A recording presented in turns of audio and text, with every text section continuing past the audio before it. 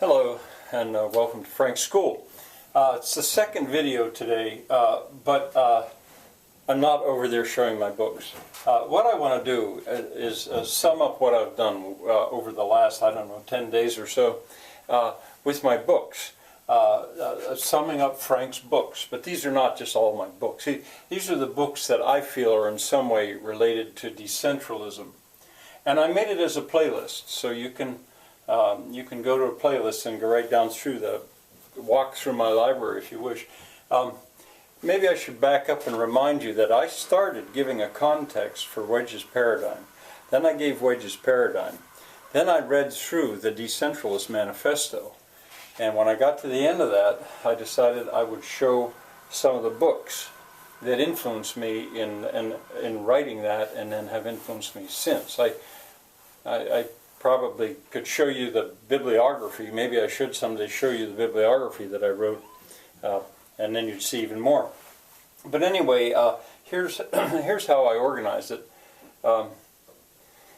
I started with utopian books in a wide range, not just the 1960s and 70s, but utopian books.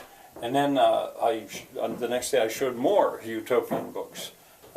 This is going all the way back. I started all the way back with the Romans, with this utopian impulse. Then village planning, books about village planning, how you lay out in the primitive world, mostly in the primitive world, I think. Then books about ethology, because I had argued that humans do have a natural tendency to live in small groups. That's what they do by nature, I think. And anyway, I showed where some of that thinking was coming from. Then I turned to the 60s and 70s. I think I called that hippies utopianism. There was so much dissatisfaction in the 1960s that people looked for alternatives, thinking there must be some better way. That's what generally generates utopian thinking, dissatisfaction. And then I went on to, this is sort of related in the 70s, that counterculture of the 70s and some of the thinking that was doing, 60s and 70s both, kind of died out by the early 80s. Decentralist homemaking, then, I showed books about that. Well, if you're going to be a decentralist, you don't just go to the grocery store and buy everything. So some of those. Then I turned to building itself, explained that I had been a carpenter for 2 years, and I had studied building and and some of the books that I had collected at that time. Then I turned to houses of other times, because I had said different times that there were such wild experiments done in the 60s and 70s that so many of them really weren't that practical. And so I looked at houses of other times. And then finally, yesterday, timber framing as an example of a way to build houses from other times, and also mills.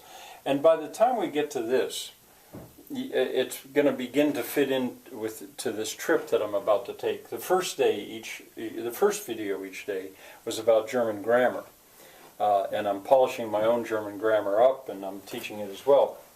I'm going to Germany in a week from today, I guess it is, and I'm going to see houses of other times. That's one of the major reasons I'm going. I'm going to visit my friends the Hawklings, to hear Tom's band and be there at his birthday party, Thomas's.